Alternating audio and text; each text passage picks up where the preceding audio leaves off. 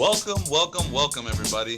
You've been asking for it, and we're back with episode 2 of the NextManUp Sportscast. I'm your host again, of course, Chooch, and we got my brother with me today, co-hosting, Mandy. Mandy, Talk to me. Let's go. so before I get into some of this stuff, I've been getting some feedback on the show, and it's all pretty good. But people want to know a little bit more about us. What makes us qualified to talk about sports? What is it about us that people can relate to? You know what I mean? So you want to give us a little small intro as to who you are and why sports is like so important to you? Sure. I mean, it's caught me off guard a little bit. I talk about myself, but I would say this though: since I was 5 years old, maybe even 6. I would watch every single morning reruns of Sports Center every morning. And for those of you that remember back in the day, Sports Center from like 5 in the morning till about 10 a.m. was always the same hour show, repeated. And I would sit there and watch it 2 times in a row, 3 times in a row. Why? I don't know. I wasn't a kid who watched cartoons. I didn't watch all the shows. I watched Sports Center. And I would memorize stuff. And for some reason, sports became a part of me. And that was just through media back then with TV. I was raised playing sports. And I was 4 years old playing baseball. So I was 4 every single year playing adult league on Sundays. So I was 16, trying basketball, trying football. Water polo, I even did water polo. I'm an athlete. I love sports. Sports have been ingrained so much in my life that I could talk sports for days and days and days. That's what I have to bring. And you've been a coach since you're what, 16 years old? 16 years old. I used to coach when I was 14. I used to coach 9 and 10-year-olds. I was 14 years old coaching them, right? I mean, you have experience firsthand because I used to coach you at the recreation since you were 9, right? Yeah, I've been coaching until I was 14. I started coaching rec basketball. Right, from there, I started coaching middle school sports at Rebay. And from the middle school sports, I started coaching high school sports. And that took me to where I'm at today, where basically I'm coaching varsity high school sports and an athletic director for a pretty big-time high school in Los Angeles. So sports is who I am, for sure. Yeah, and that's Mandy. I mean, that's what makes him. That's why we did this. And to me, I played sports since I was 4 myself. T-ball. I started at 4 T-ball at Glassell Rec Center. Shout out to Glassell Rec Center. Hey, but real quick, Tucci, can you tell people when you were 4 years old, how would mom persuade you to play at 4 years old? I had to have a hot dog. I don't remember that personally, but I remember the story. So I remember, Mandy, go get your brother a hot dog. All right. Yes. Hey, but I was there. I was playing, man. I've just been really passionate about sports my whole life. I played even in college, everything in high school, all that stuff.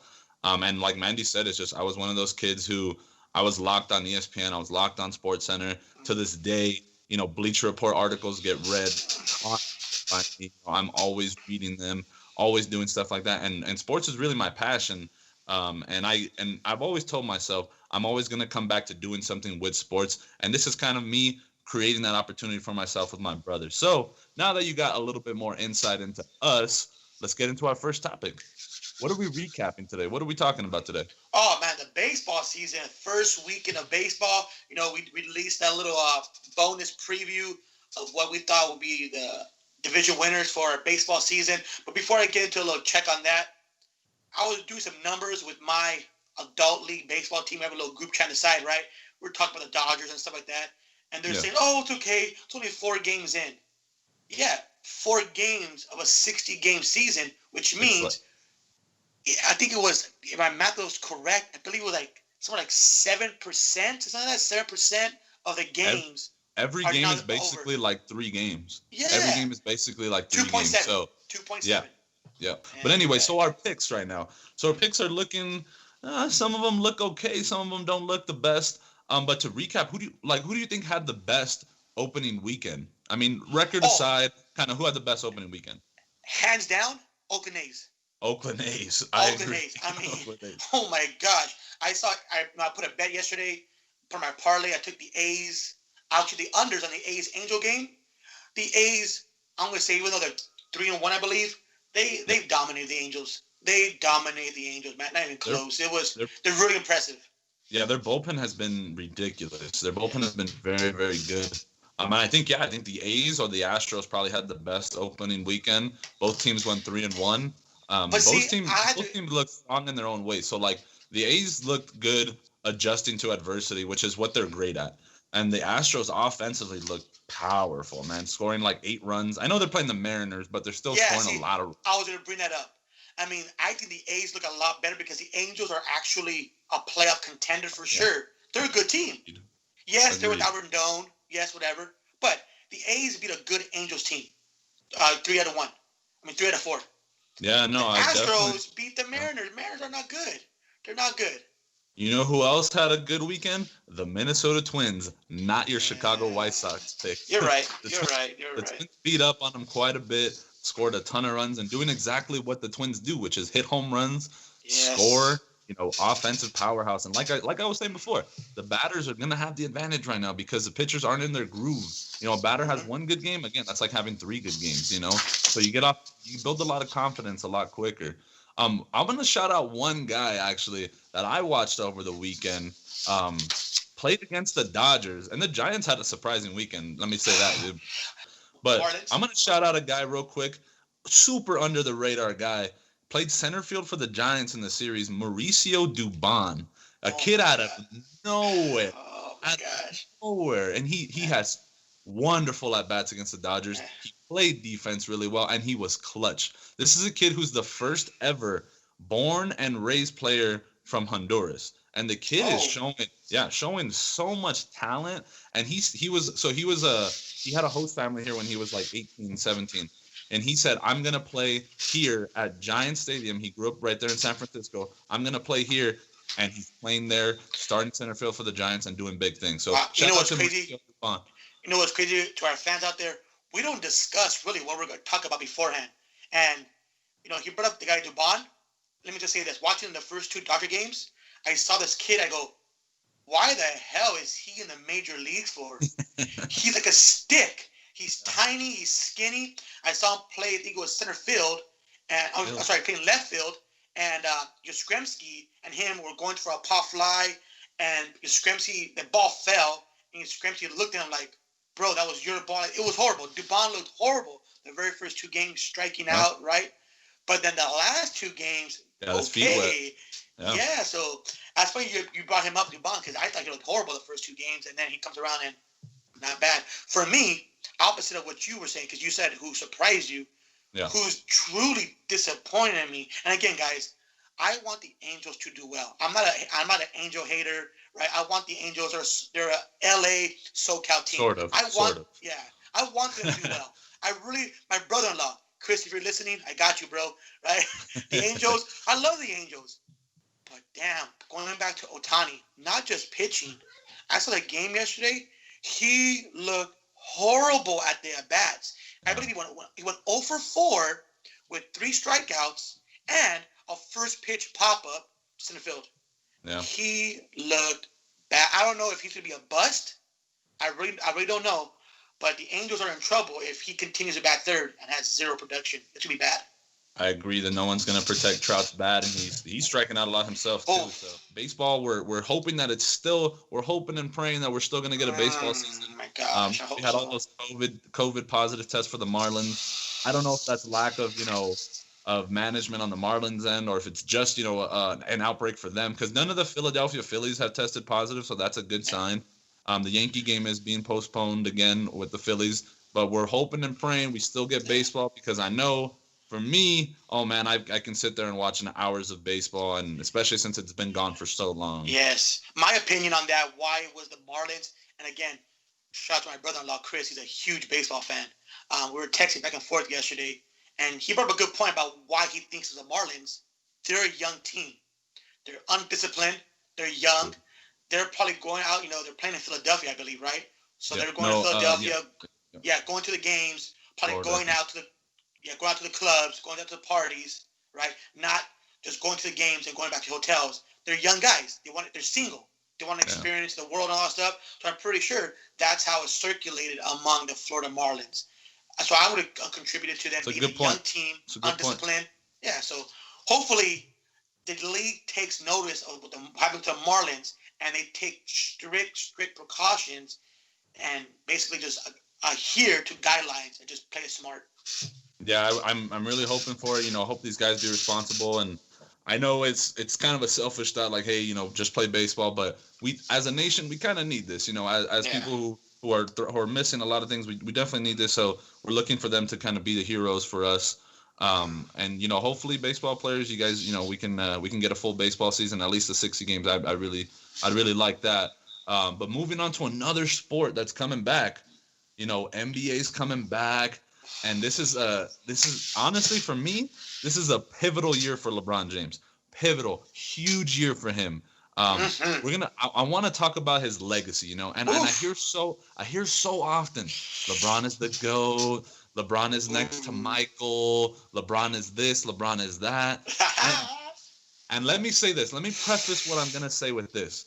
He is probably hands down the most naturally talented, gifted athlete in the world, and probably ever to play any sport ever. The man is ridiculously athletic, super built, works on his body, all that stuff. LeBron is great.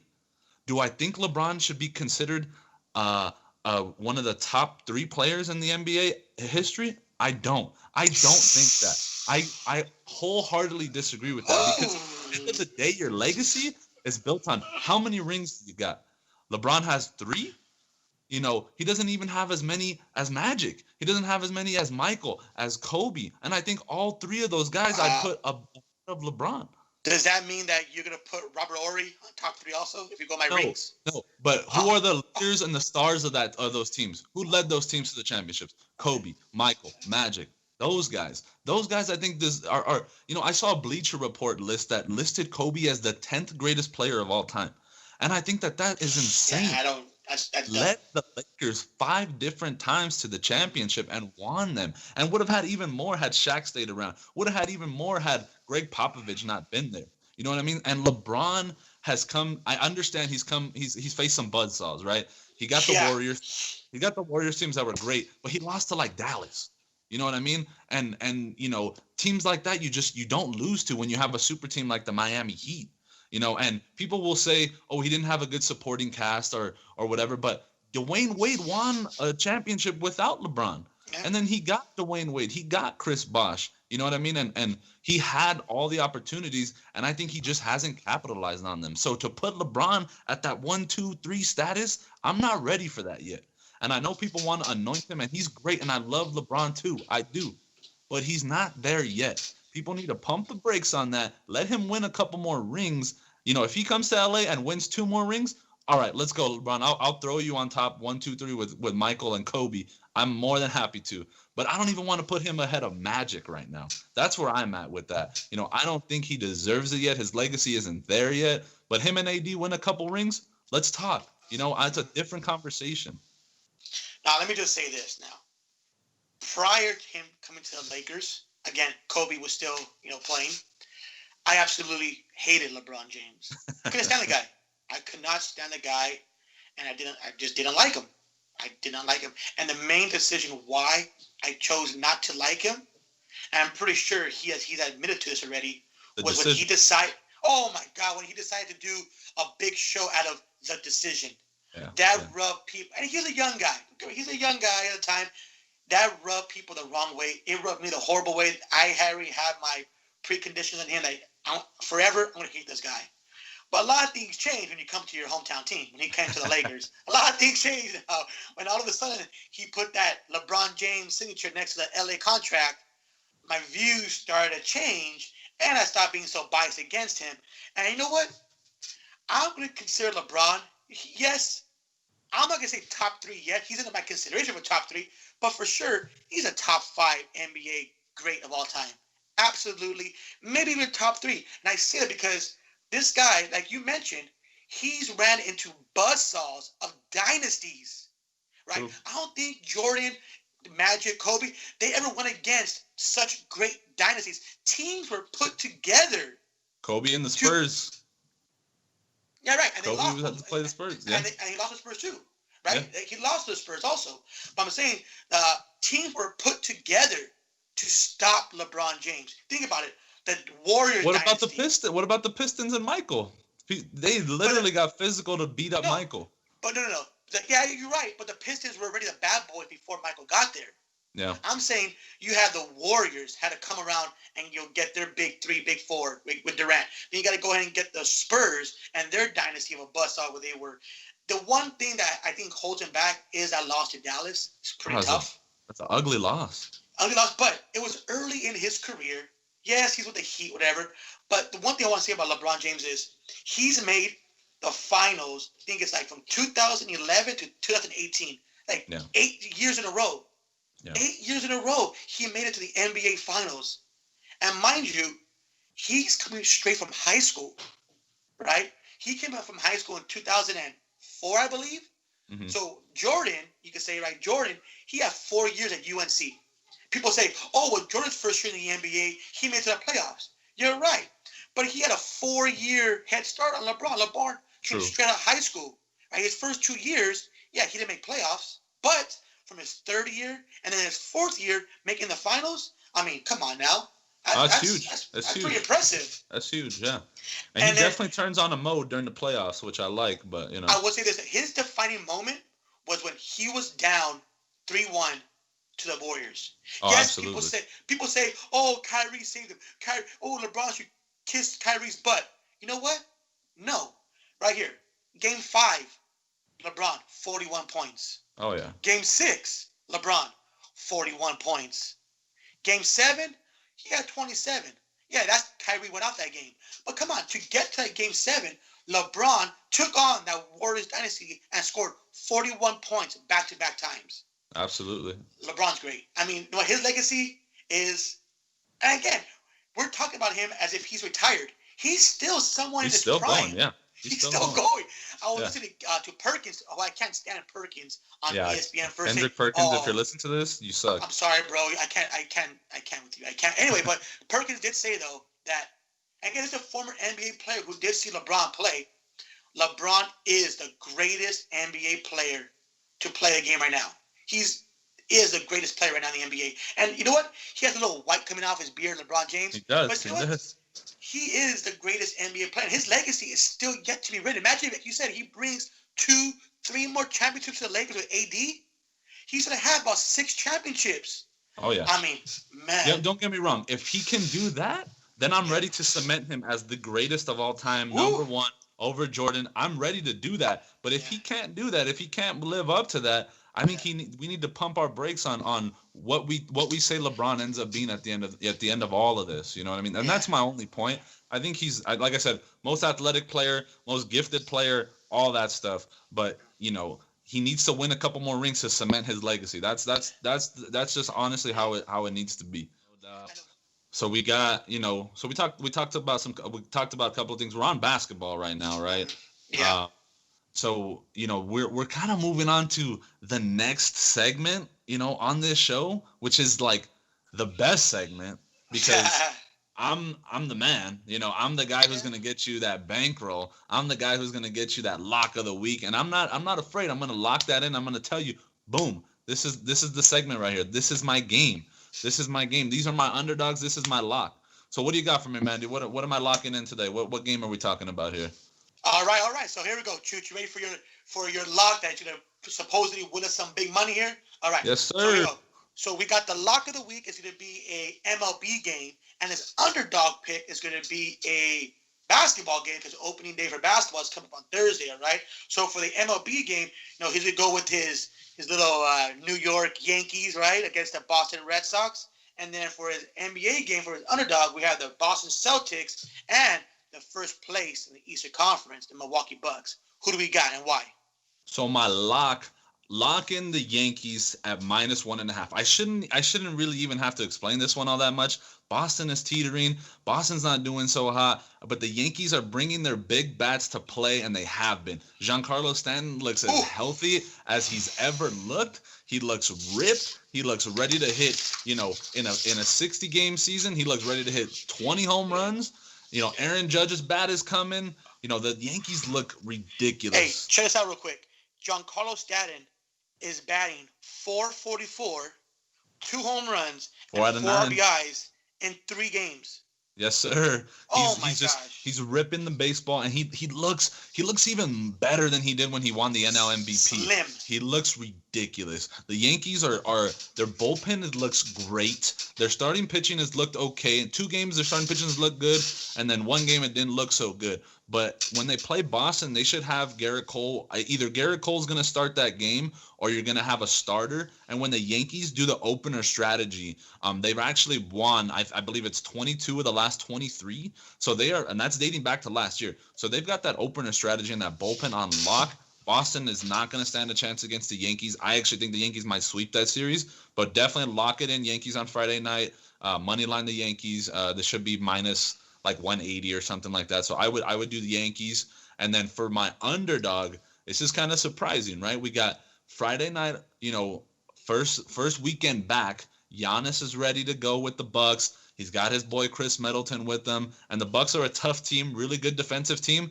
But give me the Boston Celtics, the underdog, plus 4.5.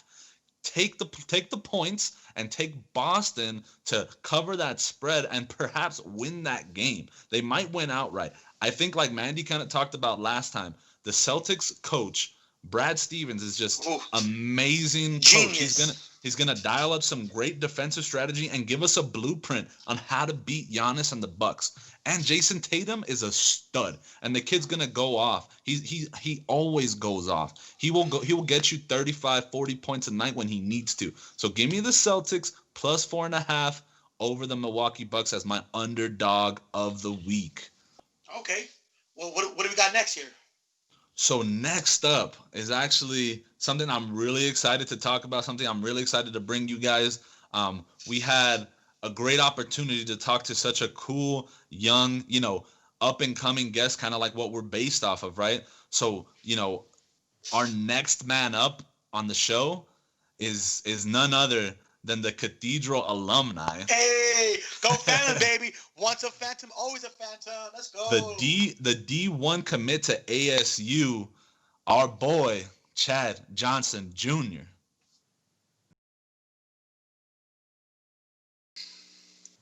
All right, fellas. Let's go ahead and take out your notebooks. Put your iPads away. Chad, what's your face going crazy for, Chad? Don't you remember my class last year? Oh, yeah. You were funny. All right, so Chad, everyone got Chad Johnson here. So Chad, first question, my guy. Mm-hmm. What you been doing during the quarantine, man? I know it's been horrible out there, probably all hot and stuff. But what does Chad Johnson do during quarantine at ASU? Well, I work out 5 days a week. So I do that in the mornings. And then I come home, I play 2K, play a little Call of Duty.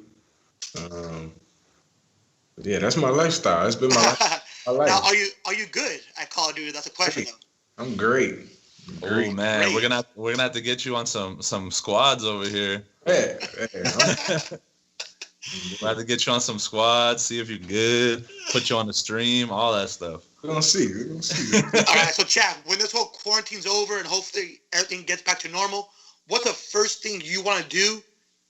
The first thing you want to do that you miss so much after this quarantine's done? What does Chad Johnson want to do afterwards? I miss sitting down in restaurants. Yes. I miss going to the movies too. All that type of stuff. Just sitting down, getting out the house. Cause if I can't get out the house, I'm just sitting in the house playing the game, and that gets boring sometimes. Yeah. So. Give me the restaurant you're going to. First restaurant you're gonna go. Cheesecake Factory for sure. Oh man, that's a good one. You ever had those the fried macaroni and cheese things from there? Of course. Oh man, those things slap. Ooh. I like to get chicken Alfredo though. That's my go-to. Go-to right there. Yeah, no doubt. So I seen your Instagram post the other day. We were talking about some music. We were talking about Future and Young Thug, and then you were telling me, who were you saying was the GOAT again? Drake. Yeah. Why? So Drake the GOAT to you though? Look at the catalog. I mean, True. Like from elementary school to now I've always been on Drake. So like, you been rocking with him since Wheelchair Jimmy or what? No. Oh, the grass. Yeah, hey, the grass. For sure. But yeah, like Usually I get tired of a rapper after like maybe an album or two, but Drake, he's just different. I've always liked him, and every song he's dropped, every album he's dropped, I've liked all of them. So Yeah, never. man, he's got all kinds of stuff, man. And you told me you said you're working out a lot right now. What's your workout playlist looking like? Who's the top 5 on your workout playlist right now? A lot of Lil Baby, a lot of Future. Future, I like Future because he just raps like he doesn't give no to care. He doesn't care at all. He doesn't True. care. Yep. He's reckless. You know,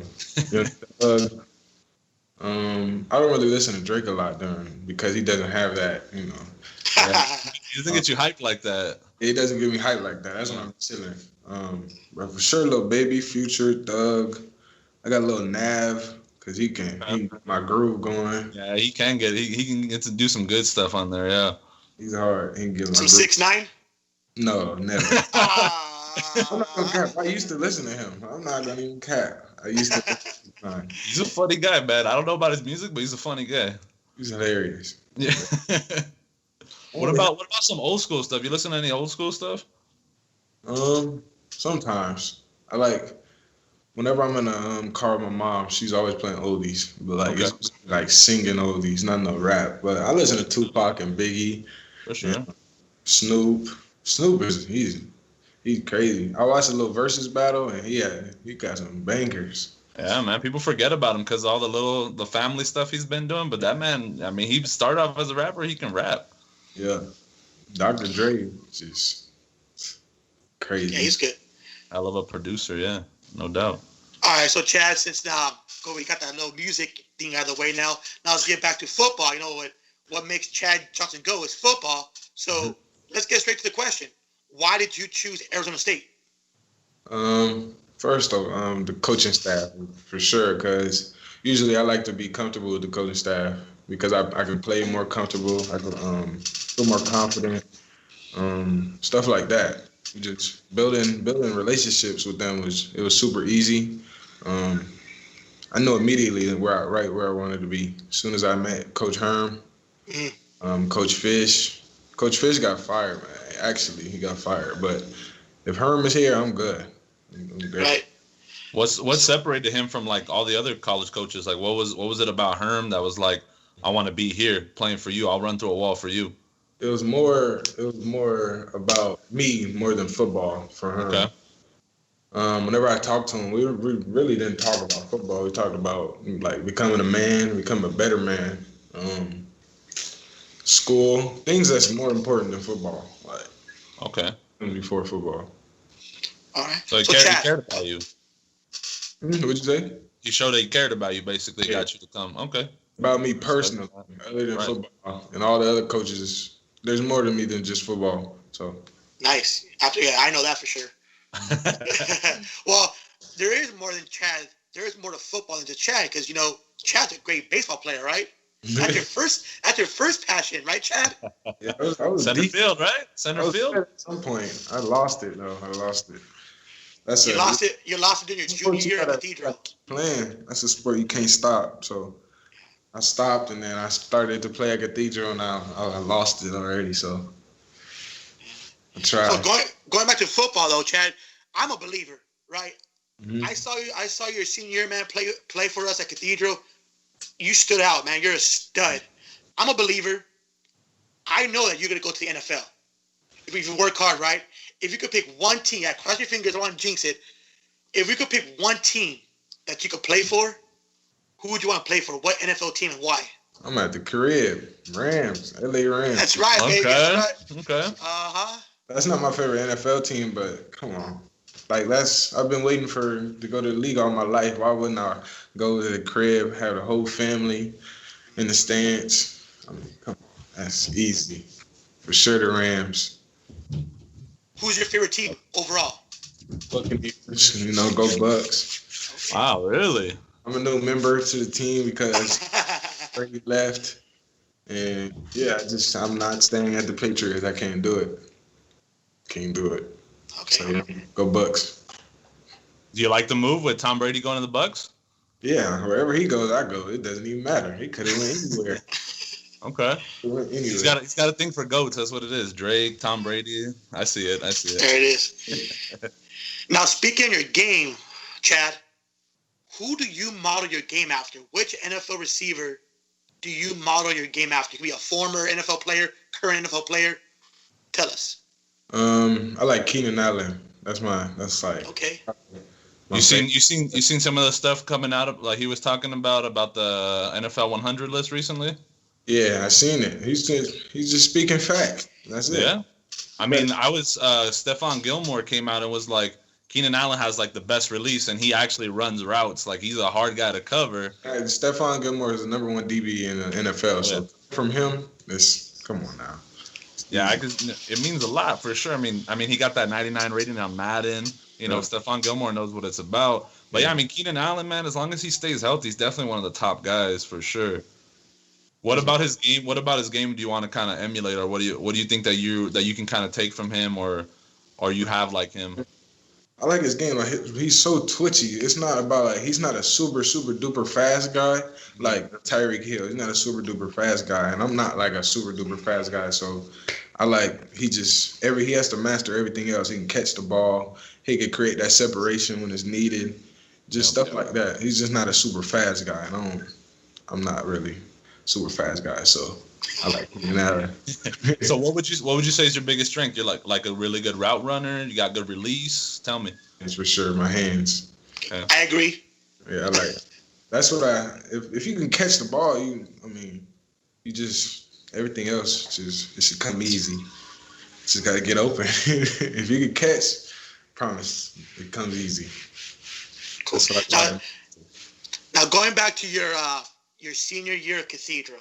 Well, actually, even before that, right? You transferred from Venice High School to Cathedral, right? So you're Chad Johnson. You come into Cathedral, and you walk into your 5th period U.S. history class, and you meet me, Mr. Fernandez, right? It was a trip to have you in class. It was a privilege, right? Because you're a good kid, humble kid, right? You're my 5th period. We had like 16 kids in that class, right? It was empty class. But so, Chad, going back to your junior year, U.S. history, I'm the teacher. Now I'm gonna put you in the spot. Hopefully, you don't put me in the spot here. Give me one thing, Chad. One thing you learned in Mr. Fernandez's history class. Nothing. No. Hey, matter of fact, in that class, I learned a lot. Like when writing them notes down. Yes. Write that stuff down. You gotta learn something. Writing it all down. So give me one thing, one fact. What'd you learn? Did I learn? I learned about the canal. Did we go over the canals? Yes, we did. The Panama Canal. Yeah, the Panama Canals. I remember that. Did we learn about the Mensa, the Lincoln thing? Stopping slavery. Proclamation. Learn that? The Emancipation Proclamation. Yes, we learned that. Yes. You're not gonna get out of me. You can't get it. You know what? That's cool, man. Not too many people know about the Panama Canal. At least it triggered you. I must have did something right. I'm off the hook. He'll take it. I'll take it. Yes. So at Venice, that was a co-ed school, right? No, that was Yeah, that was. Yeah, so I went to an all-boys school. Obviously, Mr. Fernandez, Mandy went to an all-boys school. Tell me about that experience, man. Did you like it? What did you not like about it? What did you like about it? It was that adjustment at first. It was that adjustment. But then, how do I explain it? It was a big adjustment because I don't know. It's just females to straight dudes, but it was better. Like you get comfortable. I was with my people, so it was better. Like it was way better.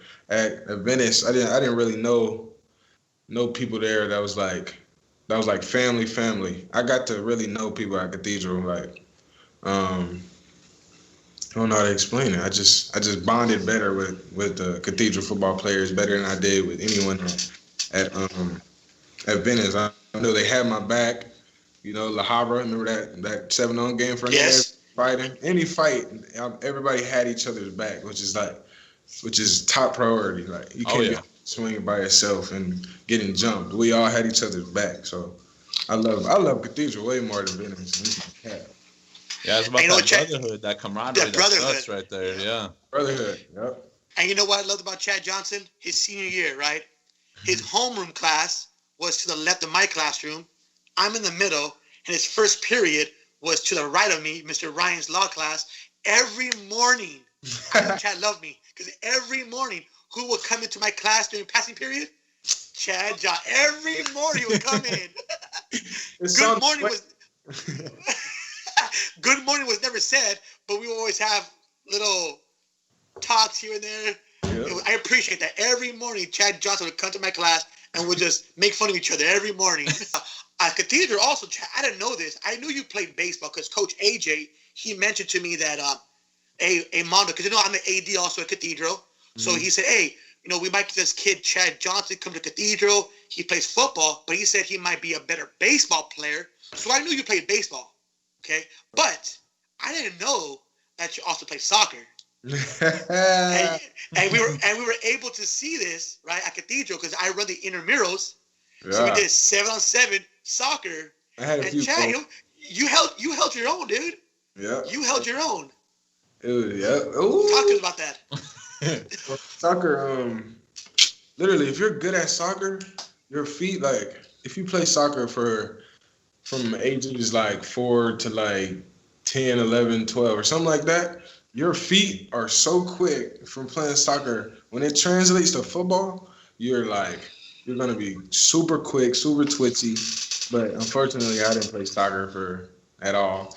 So when I started to get into it, I found out soccer really can help you in football. I just played around with it. And then I found out I was going to a school where they're top in the nation. So I had fun. I just going out to the games, playing around with them.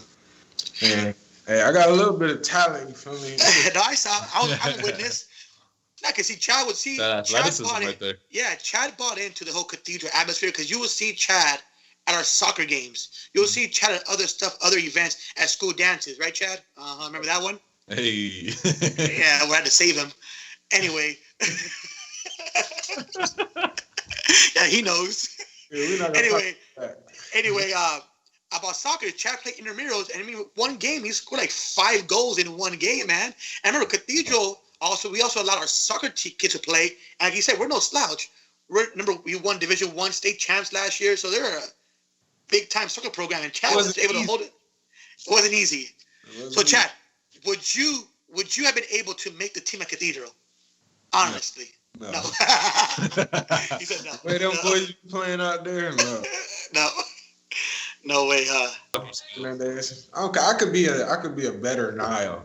I could move better than Nile. So for our fans out there, Chad and Nile, he was another transfer kid, another African American kid, but he played soccer.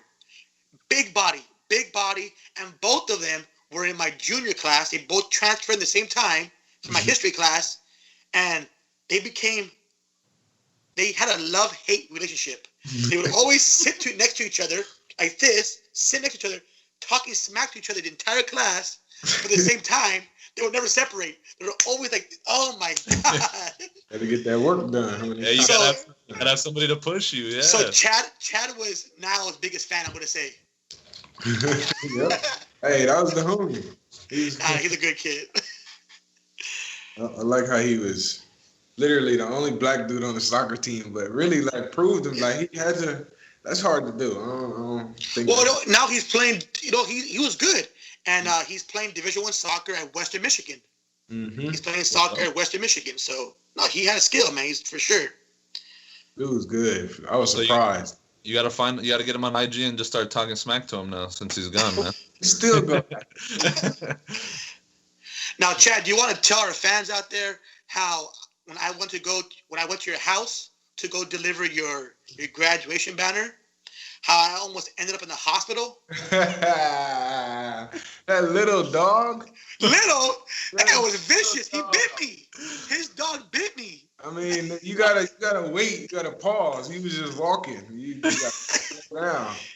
I mean, I guess he must feel threatened by short, good-looking brown guys. He's really called himself short too. Yeah, short. My life was in danger. Yeah, dude. I give Chad his graduation banner, right? His graduation front lawn. I take a picture of it, whatever. And I'm walking out. His dog just comes in, just whop. He bites. He ran my calf. Like, He he couldn't bit do me. nothing about it. He's fast. He is fast. Yeah, he was going crazy. Remember, your mom came out. She's like getting crazy with the dog too. That's it. Hey, Oh man, so yeah, no, I'm kind of I'm gonna switch gears just a little bit here. So I'm kind of interested. I played college football myself. Nothing as serious as D1. I kind of want to know, what's it like to be a Division 1 athlete? Is there like you got pressure on you? What is? I know you haven't started really yet, but what the class is gonna look like and all that. What's your schedule looking like as a D1 athlete? Because I know you got to be like, you got to take care of your body. You got to do all that stuff. So tell me a little bit about that. I'm interested. so right now, it's nothing major because of the coronavirus. So you'll never see the whole team inside the facility. So we split it up like into times. Like offense is we'll run at 6. We'll lift weights at 8. Meetings at 10:30, and then times after that is defense. Literally 5 days a week we're at it. And Tuesdays and Thursdays is conditioning, and then any other day we're just lifting in the weight room. But we still have a little bit of running after the weight room. So we're working. We're working. So are you with the right now? You're kind of just lifting with the receivers, or just offense, or how does that work? Just Offense. Yeah. What do you think so far about your team? You guys, how do you think you guys are gonna look this year? We look good. Like we're Looking all tough. yeah, we all get along, and we should have a good season. Okay, we just gotta focus, lock in, execute. I mean, that Pac-12 is up for grabs, man. So definitely, you guys put together a good year. You definitely be in competition for it. This year too. I really don't know how to explain it. It's hard to explain, but we're only playing literally like Oregon, Pac-12 teams only. No, you Yeah. won't see us Yeah. play anybody else. Is Chad Johnson going to hit the field this year? Yeah, I have to. Oh, really? Okay. I like that. Yeah. I have to. All right. I might. Hey, if I don't start, I'm gonna get my feet wet though. I gotta get. Okay. No, that's for sure. I can't wait to see you on Saturdays, yeah. my guy. Can't wait to start watching that, man. Yeah. Man, You gave me a reason to follow ASU and be a fan because I'm a UCLA guy. But but hey, when Arizona State is not playing UCLA, I'm always gonna be a Sun Devil fan, right? How's it go like this? Yeah, we got you. Forks up, There baby. you go. And where can I get some of those shades though? I got these from Hot Topic. Put it in there. I can't show what they say, but yeah. I'm gonna have to get me some. Next time we have you on, when you're having like when you're lighting it up or when you're in the NFL, whatever, I'm gonna have to get me some shades and we're gonna match, all right? Yeah, say less. Say that. Hey man, good luck, stay healthy, man. Have a good season. Thank you guys. Like this. Yeah.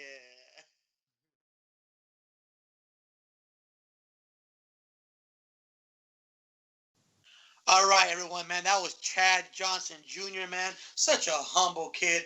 I'm telling you, I'm speaking, straight from my heart. I was able to teach this kid for a year during his junior year at Cathedral.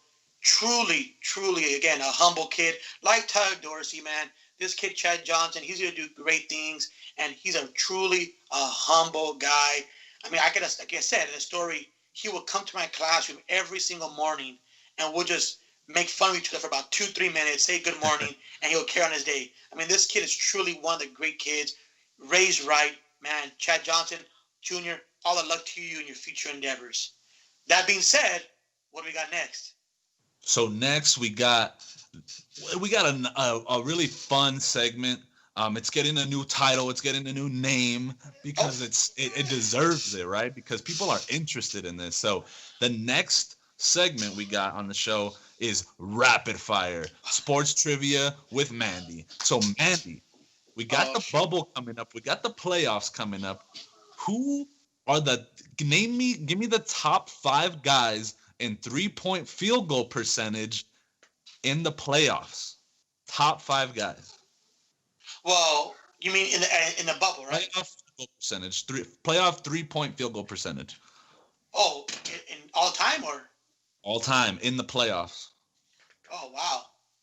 all time in the playoffs, and all three guys, Let's go with 3-pointers made. Let's go with 3-pointers made 3-pointers made in the playoffs. in the playoffs. Okay, I'm gonna write them down just so I know. Okay, we're gonna go with the first person that comes to mind is Ray Allen. Okay. Because you got to go with guys who played a lot in the playoffs. So I'm going to go with Absolutely. Ray Allen. Okay. I'm even going to go Robert Horry. Why? Big shot Horry. I got to go Robert Horry, the most phenomenal 3-point shot ever in LA history against the Spurs. So Ray Allen, Robert Horry. I want to say J.J. Redick, but I don't know if he's played enough games. That's tough. I'm going to go with, let's go with Steph Curry. Okay, that's 3. They play a lot of games. I'll even go Steph Curry and his teammate from Washington State. What's his name? Klay Thompson. Klay Thompson. Okay. Klay Thompson, Santa Margarita High School. Klay Thompson. So Ray Allen, Robert Horry, Steph Curry, Klay Thompson. And again, I got to go with teams that played a lot. I want to say someone from the Spurs, but I don't know if they shoot a lot of threes. I'm going to go out on a limb here, and let's go with J.J. Redick. Why not? All right. So looking at your answers, you got a couple, and you're gonna be surprised. I'm not surprised, but I think you're gonna be surprised. So we got, out of the 5, you want to guess how many you got right? 3.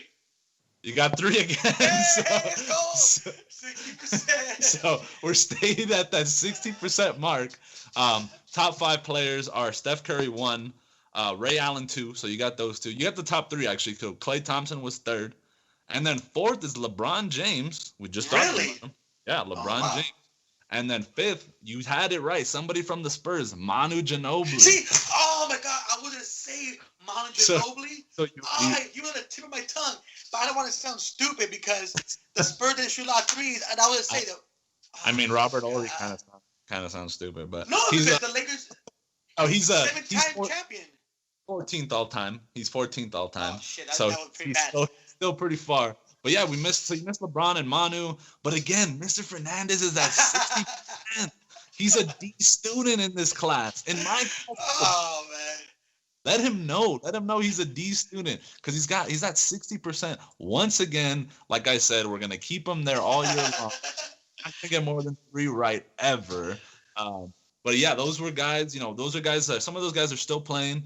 And Manu's not far off. Ray Allen wasn't so far off. And these are just, these guys, we revolutionized the 3-pointer, this era. So seeing guys, seeing this stat is kind of cool, because when it comes to playoffs this year, we're going to see a ton. So he was that close to being 80%, but guess what? Rapid fire, Mandy was 60% like he always is. And that's, that was rapid fire, good segment there. Mandy had 3 right out of 5. That's how it always is going to be. I'm going to make it tough on you. If you're playing at home, if you got those right, hey, good for you. But if you didn't, let us know in the comments. So going on, we finished up rapid fire. We finished up most of the show. We got some good stuff in today. But what's your recap, Mandy? So we're this is our second show. We're 2 weeks in. We put in a lot more work for 2 weeks. 2 weeks in. What's your recap so far? So I want to go talk about this, finish off with this whole LeBron legacy thing. I know we're speaking directly about his basketball career and what he has done in terms of on the court, but what also separates LeBron James from the other greats during our time as youngins, between separating him from the Magic Johnsons, separating him from the Michael Jordans, separating him from the Kobe Bryants. LeBron James has no controversies. LeBron James, outside of basketball, is the most genuine man, philanthropist, just good man out there. I mean, he has no gambling issues like Jordan, right? He's still married to his, I don't know if she's a high school or I believe it was his high school sweetheart. Yeah. High school sweetheart. And God forbid I say this about Kobe, R.I.P. my guy. There's no rape allegations with LeBron James. There's nothing. All he does is great things outside the court, building schools, donating money, right? Just all around great guy. And I think when it comes down to the end of his career, right, people are going to look at his basketball career in terms of on the court, but they're also going to look at it and recap what he's done outside the court with just philanthropy, but also talking about race, talking about the Black Lives Matter movement and just equality, right? Where I started liking him was when he made a little statement about equality and race, and one of these reporters from Fox News or whatever it was, shut up and dribble.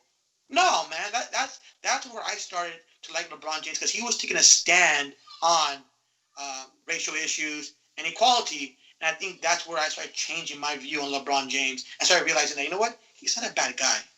Oh yeah, absolutely. So yeah, my takeaway, really appreciate all the feedback we've been getting on the show. All of it has been good, and then all of it has been honest, and we're gonna try to improve, every single time we do this. We want to bring you guys the best, modern sports content out there. We want to bring you guys us. We want to bring you guys our relationship as a brother, as brothers. We pick on each other a lot, and that's just what we do. We got the video version on YouTube, so you could look at Mandy's dumb face. I